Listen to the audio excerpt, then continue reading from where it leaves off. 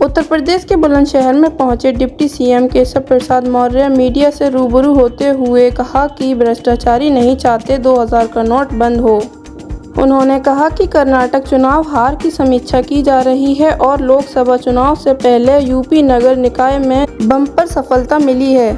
आगामी लोकसभा चुनाव में 80 की 80 सीट भाजपा जीते ऐसे रास्ते तैयार किए जा रहे हैं। उन्होंने कहा कि नोटबंदी के फैसला बिल्कुल सही है, इससे भ्रष्टाचारी परेशान हैं। मैं पीएम मोदी के इस फैसले की सराहना करता हूं। पावर कॉरपोरेशन की गड़बड़ी पर बोले डिप्टी सीएम, पावर कॉरपोरेशन में गड़बड़ी की शिकायत मिल रही है, जांच होगी और जो भी दोषी होगा वह दंड पाएगा।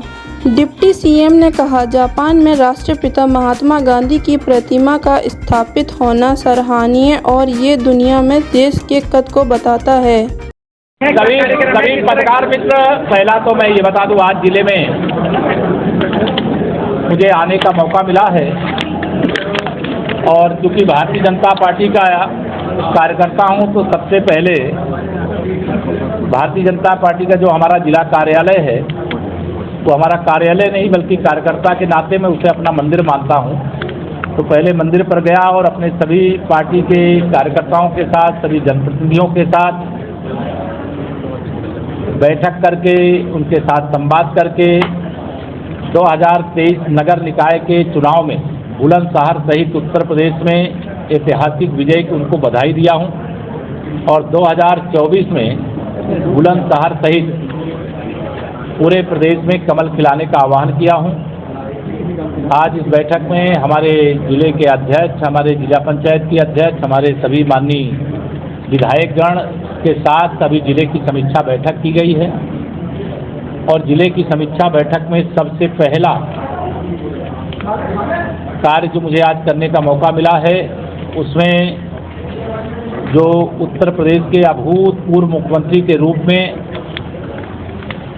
शानदार ढंग से कार्य किया और जिन्होंने श्री राम जन्मभूमि पर भव्य मंदिर निर्माण कराने के लिए मुख्यमंत्री की कुर्सी को न्यौछावर करने का काम किया था, ऐसे पद्म विभूषण बाबूजी कल्याण सिंह जी के नाम पर बन रहे जिले के मेडिकल कॉलेज का निरीक्षण किया हूं।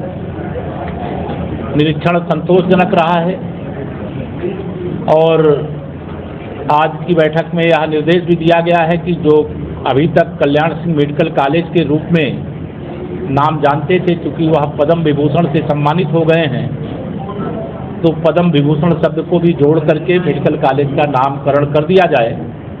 और यह भारतीय जनता पार्टी की डबल इंजन सरकार ही है कि एक जनपद एक मेडिकल कॉलेज के लक्ष्य के क्रम में बुलंदशहर का भी मेडिकल कॉलेज बन करके लगभग तैयार हो गया है और यह जो सत्र है आने वाला, इसमें मेडिकल की पढ़ाई भी वहाँ पर शुरू हो जाएगी। दूसरा, जनपद के विकास की दृष्टि से विस्तार से समीक्षा करने के बाद, चाहे वह किसानों से जुड़ा मामला हो, चाहे गरीबों से जुड़ा मामला हो, चाहे मजदूरों से जुड़ा मामला हो, चाहे महिला सशक्तिकरण से जुड़ा मामला हो, सभी विषयों पर विस्तार से समीक्षा करने के बाद आज यह निर्देश दिया गया है जो सरकार की मंशा के क्रम में उत्तर प्रदेश में 2017 में जब से आदरणीय योगी आदित्यनाथ जी के नेतृत्व में भारतीय जनता पार्टी की सरकार ने शपथ लिया है, आप सब भी बुलंदशहर के निवासी भी जानते हैं, पहले बिजली आती नहीं थी और अब बिजली जाती नहीं। यह एक परिवर्तन सुशासन का परिणाम है, कमल के फूल के खिलने का परिणाम है। सुरक्षा व्यवस्था, ये कानून व्यवस्था, ये हमारी सरकार की प्राथमिकता है और हम लोगों ने उत्तर प्रदेश की जनता से वादा किया था, आप कमल का फूल खिलाइए। ये कमल का फूल नहीं बल्कि 25 करोड़ प्रदेशवासियों की सुरक्षा का कवच है और उसके क्रम में लोगों ने अपना आशीर्वाद दिया। लगातार दूसरी बार भी सरकार बनी और 2023 के नगर निगम में तो हम लोगों को 17 की 17 सीटें यह प्राप्त हुई हैं। यहाँ जनपद में विशेष तौर से जो जल जीवन मिशन के अंतर्गत हर घर नल से जल पहुंचाने का अभियान है, उसमें कुछ शिकायतें आई थी, उसके लिए एक टास्क फोर्स के गठन का निर्देश दे दिया गया है और हर विधानसभा के कम से कम 10 गांव में वह टास्क फोर्स निरीक्षण करेगी। जहां पाइपलाइन डालना है 1 मीटर नीचे डालने का काम और टेस्टिंग के बाद जैसे सड़क पहले थी उसी तरह से बनाने का काम। लेकिन जब तक पहले जैसी सड़क बनाने का काम नहीं पूरा हो जाता है तब तक आवागमन के योग्य बनाने का काम संबंधित कंपनियों का है। इसके लिए भी निर्देश दिए गए हैं। नगरीय क्षेत्र में जो बुलंदशहर विकास प्राधिकरण है, यहाँ पर भी जो सीवर लाइन पड़ रही है, जो पीएनजी की लाइन पड़ रही है, उसके कारण से भी जो आवागमन को लेकर के समस्या है उसको भी विशेष ध्यान देने के लिए निर्देश दिया गया है। जनपद के अंदर जितने भी चारागाह की ज़मीनें हैं या चकमार्ग, अगर उन पर अवैध कब्जा है तो उनको खाली कराने और खाली करा करके विशेष तौर से वहाँ गौवंश के लिए, चारे के उत्पादन के लिए, उनके रखरखाव के लिए उपयोग करने। जो हमारे तालाब हैं उन तालाबों पर भी कुछ लोगों ने अवैध रूप से कब्जे किए थे। आज यह भी निर्देश दिया गया है कि जिन तालाबों पे चारागाह की ज़मीनों पर किसी गरीब का कब्जा है तो उसको कोई वैकल्पिक व्यवस्था दे करके उसे खाली कराया जाए। लेकिन अगर किसी भूमाफिया ने कब्जा किया है तो उसके को एक सूचना दे करके फिर अगर ज़रूरत पड़े तो उसके खिलाफ कठोर कार्रवाई भी किया जाए, यह भी निर्देश दिया गया है। प्रदेश सरकार का एक ही लक्ष्य है कि हमारे उत्तर प्रदेश में जो 75 जिले हैं, पूर्व की सरकारों के समय विकास के मापदंड में केवल 2-3 जिले, 4 जिले, 5 जिले होते थे। लेकिन आदरणीय योगी जी के नेतृत्व में जब से उत्तर प्रदेश में भारतीय जनता पार्टी की सरकार बनी है, हमारे सभी 75 जिले वीआईपी जिले और 75 जिलों में रहने वाली जनता हमारी वीआईपी जनता है और उसके जीवन में हर प्रकार का बदलाव, हर प्रकार का सुधार और जो सरकार की योजनाएं उनका लाभ बिना भेदभाव के, जो हमारे माननीय प्रधानमंत्री श्री नरेंद्र मोदी जी ने नारा दिया है, सबका साथ, सबका विकास, सबका विश्वास, उसको हम आगे बढ़ाते हुए बिना भेदभाव के संपूर्ण योजनाओं का लाभ जो लाभ प्राप्त करने का अधिकारी है उसको देने का काम यह किया जा रहा है। बिजली विभाग की भी कुछ शिकायतें आई थी, उनकी भी जांच करके जो दोषी हैं तो दंडात्मक कार्रवाई करने के भी निर्देश दिए गए हैं। सभी विभागों से जिले में बहुत सारे नवाचार के कार्य हुए और जिन अधिकारियों ने, जिन विभागों ने इसके लिए अच्छा काम किया है, मैं उनकी प्रशंसा करता हूं, उनको बधाई देता हूं और यह आह्वान भी करता हूं कि पूरे जिले को हर क्षेत्र में नंबर 1 बनाने का वह प्रयास करें और यह क्षमता जिले की जनता के आशीर्वाद से यहाँ जो भी अधिकारी कर्मचारी तैनात हैं वो सब लोग अच्छा कर सकते हैं। नववर्ष का जो कार्यकाल माननीय प्रधानमंत्री जी के नेतृत्व में बीत रहा है वह ऐतिहासिक रहा है।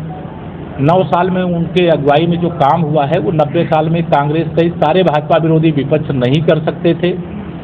उत्तर प्रदेश में जहाँ तक मुकाबले की बात है वो सब आपस में तय कर लें कौन मुकाबले में है, कौन मुकाबले में नहीं है।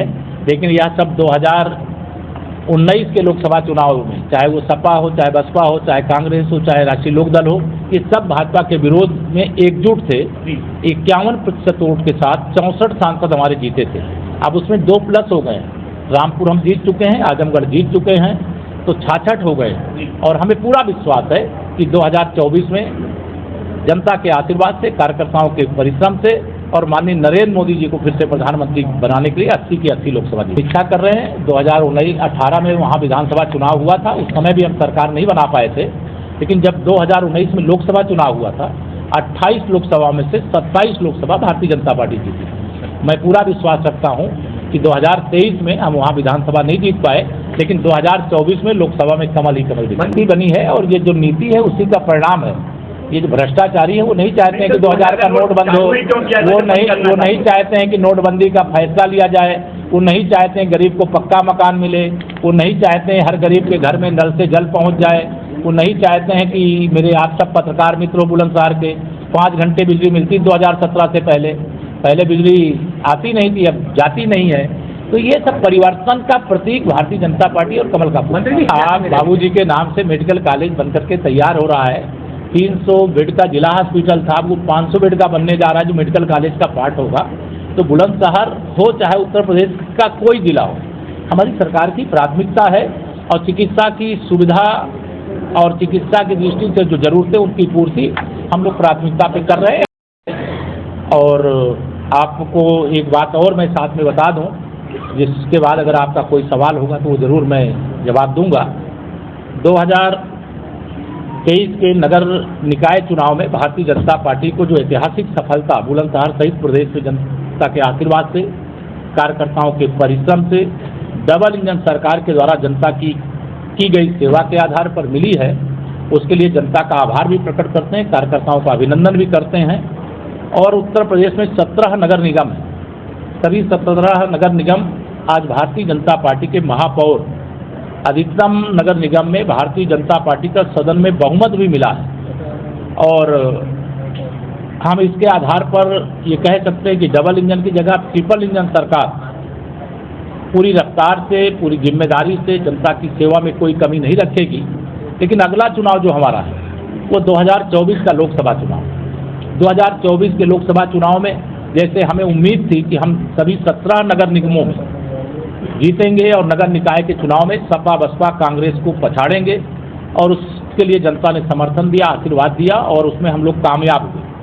वैसे ही 2024 में माननीय नरेंद्र मोदी जी के नेतृत्व में प्रचंड बहुमत की देश में फिर से सरकार बनाने के लिए 80 की 80 लोकसभा सीटें भाजपा गठबंधन के साथ जीतने के लक्ष्य के साथ हम लोग प्रयासरत हैं। और हमें विश्वास है कि जनता का आशीर्वाद माननीय नरेंद्र मोदी जी के नेतृत्व में फिर से सरकार बनाने के लिए उत्तर प्रदेश तो पूरी तरह से देगा, देश भी देगा, लेकिन हम उत्तर प्रदेश की दृष्टि से आपको बता रहे हैं। कल एक बड़ा फैसला हुआ है जिसका सवाल आप सब करने की कोशिश करेंगे, मैं उस पर बोल ही देता हूं पहले ही। 2000 की जो नोटें हैं, कल रिजर्व बैंक के माध्यम से जो माननीय प्रधानमंत्री जी का भ्रष्टाचार मुक्त भारत बनाने का संकल्प है, उस दिशा में एक बहुत बड़ा कदम है। और उस कदम के क्रम में 2000 की अब नई नोटों को छापा नहीं जाएगा, लेकिन जो 2000 की नोट किसी के पास है वह उसकी नोट कागज का टुकड़ा नहीं है, वो उस नोट का अभी उपयोग होता रहेगा और सितंबर तक उसका उपयोग लोग करेंगे। तब तक जमा करना या 2000 नोट के बदले जाके बैंक में नोट लाने का काम करेंगे। मैं माननीय प्रधानमंत्री जी के इस फैसले का स्वागत करता हूं और इससे जो काला धन एकत्र करके जो तमाम देश के विकास के कार्यों में बाधा बनते थे उस पर भी लगाम लगेगी। मेरी ओर से अभी इतना आप सब लोगों को कहना था। यहाँ पे जिले में आयुष्मान भारत कार्ड के अंतर्गत अच्छा रिजल्ट है, 80% से अधिक लोगों का कार्ड बन गया है। ये गरीबों के लिए समर्पित हमारी सरकार है, महिला सशक्तिकरण को समर्पित हमारी सरकार है, नौजवानों के उज्जवल भविष्य के लिए समर्पित सरकार है। उत्तर प्रदेश में भारी भरकम निवेश आ रहा है जो उत्तर प्रदेश को पूरे देश में नंबर 1 बनाने की दिशा में सबसे शानदार और महत्वपूर्ण कदम है। और माननीय प्रधानमंत्री जी के नेतृत्व में हम विश्व की 5वीं अर्थव्यवस्था के रूप में आज दुनिया के सामने अपना महत्वपूर्ण स्थान बनाने में कामयाब हुए हैं। और मुझे पूरा विश्वास है कि आने वाले समय में पूरी दुनिया में भारत और पूरे भारत में उत्तर प्रदेश नंबर 1 पर हो। इस तौर से भारत विश्व गुरु की ओर तेजी से आगे बढ़ रहा है और भारत ही विश्व गुरु है। और आज पूरे दुनिया के अंदर भारत के प्रधानमंत्री माननीय नरेंद्र मोदी जी सबसे लोकप्रिय नेता हैं। और जापान में राष्ट्रपिता महात्मा गांधी जी की प्रतिमा का अनावरण होना, और चाहे वह G20 और चाहे क्वाड के जो शासन जो देश हैं, जुड़े हुए देश हैं, वह सब आज भारत की ओर ही आशा के भाव से देखते हैं कि मोदी जी जो कहते हैं वसुधैव कुटुंबकम की भावना से, यानी पूरे विश्व को अपना परिवार मान करके पूरे विश्व को शांति के पथ पर ले जा करके, अहिंसा के पथ पर ले जा करके आतंकवाद से, नक्सलवाद से, भ्रष्टाचार से मुक्त भारत बनाने का काम कर रहे हैं। नितिन गडकरी जी के नेतृत्व में 100 घंटे में 100 किलोमीटर बना है। लेकिन अगर आप देखें तो 9 साल में माननीय प्रधानमंत्री श्री नरेंद्र मोदी जी के नेतृत्व में आदरणीय नितिन गडकरी जी के अगुवाई में राष्ट्रीय राजमार्गों का, एक्सप्रेस वे का एक रिकॉर्ड बना है। मैं इसके लिए माननीय प्रधानमंत्री जी को, माननीय गडकरी जी को बधाई देता हूं। और आने वाले समय में ये काम शुरू हुआ था पूज्य अटल बिहारी वाजपेयी जी जो भारत रत्न हैं, उनके समय, और आज माननीय नरेंद्र मोदी जी के नेतृत्व वाली सरकार के समय वह एक नए कीर्तिमान स्थान। और मैंने अपने सभी जिलाध्यक्ष जी सहित पूरी टीम को बहुत बधाई दिया है और अपने सभी नगर निकायों में विजयी जो अध्यक्ष थे उनको सबको सम्मानित भी किया है और 2024 के लोकसभा की तैयारी में जुट जाने का